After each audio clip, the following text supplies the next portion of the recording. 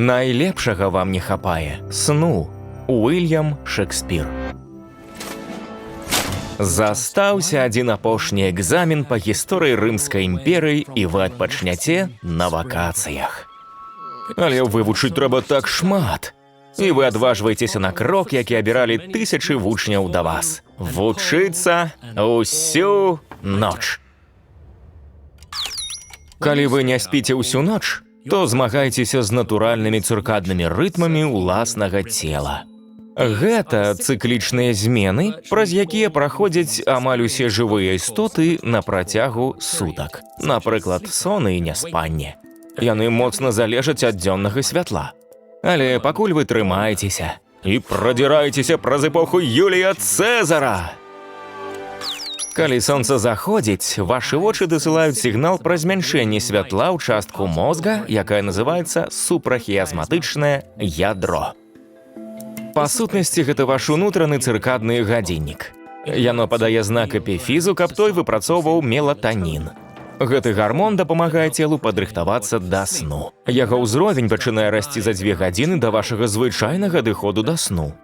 У гэты ж час нейроны гіпаталамуса і ствала мозга вылучаюць рэчыва пад назвай гамк. Яно запавольвае актыўнасць мозга і стварае заспакаяльны эфект.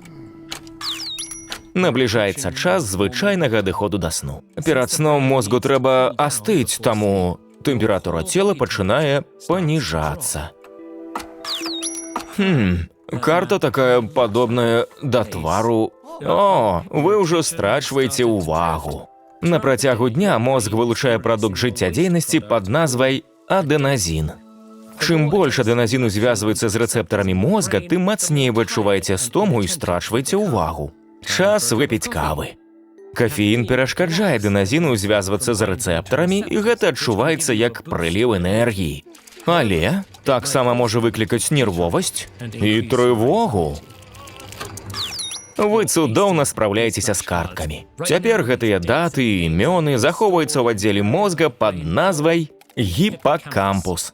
Звычайна такія ўспаміны аб'ядноўваюцца і размяркоўваюцца у доўгатэрміновае сховішча ў неакортэксе, пакуль вы спіце. Пашанцавала, што гэтую інфармацыю вам трэба помніць толькі да заўтра. Мікрасон – гэта кароткія раптоўныя перыяды сну, выкліканыя недасыпаннем. Яны доўжацца па некалькі секундаў. Вы пацягваецеся, каб не заснуць. Але вашы маторныя навыкі таксама ўжо не тыя. Даследаванні паказалі, што ў людзей, якія не спалі больш за 19 гадзін, рэакцыя і каардынацыя пагаршаюцца прыкладна як пасля ўжывання алкаголю. Калі ўзыходзіць сонца, эпіфіз перастае вылучаць мелатанін. У вас адкрываецца другое дыханне. І, нягледзячы ні на што, вы адпраўляецеся на вучобу ў гуморы. Недасыпанне можа выклікаць кароткую эйфарыю. Гэта праз часовы ўсплёск узроўню дафаміну, што, на жаль, можа перашкодзіць рабіць правільныя рашэнні. Экзамен пачынаецца няблага. Тэст з варыянтамі адказаў, але далей трэба напісаць тэкст. Лічыцца, што падчас сну наш мозг апрацоўвае ідэі і замацоўвае сувязі паміж старымі і новымі ўспамінамі. І хаця мозг, пазбаўлены сну, здольны выдаваць факты, у яго складанасці з пошукамі заканамернасцяў і абдумваннем задач. І вось вы ў разгубленасці глядзіце на чысты аркуш. Вы вяртаецеся дадому ў трывозе і раздражненні. Ваша амігдала, частка мозга, адказная за апрацоўку эмоцый, выйшла са строю. Звычайна яе трымае пад кантролем прэфрантальная кара, але цяпер і яна не працуе напоўніцу. Ложак яшчэ ніколі не быў такі утульны. Пасля ўсяго адной бяссоннай ночы ваше цела і мозг адновяцца даволі хутка. Што добра, бо мы не заўсёды можам кантраляваць час сну. Але працяглы тэрмін без добрага сну або пастаянныя змены графіка сну могуць мець наступствы. Калі мы пастаянна спім менш за 7 гадзін у суткі, гэта выклікае праблемы са здароўем, ад дыябету да інсультаў або хранічных боляў. Недасыпанне робіць нас уразлівымі і да ментальных праблем, напрыклад, дэпрэсій. Ваш графік сну може паўплываць і на ацэнкі. Даследаванні паказваюць, што вучні і студэнты, якія добра высыпаюцца, звычайна маюць вышэйшы сярэдні бал.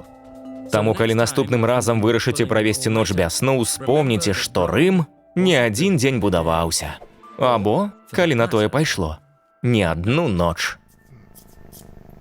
Калі вам падабаюцца гэтыя відэа, аформіце платную падпіску на нашым сайце Гаварун Бай. Новыя відэа выходзяць толькі дзякуючы вашым падпіскам. Агучана студыяй Гаварун.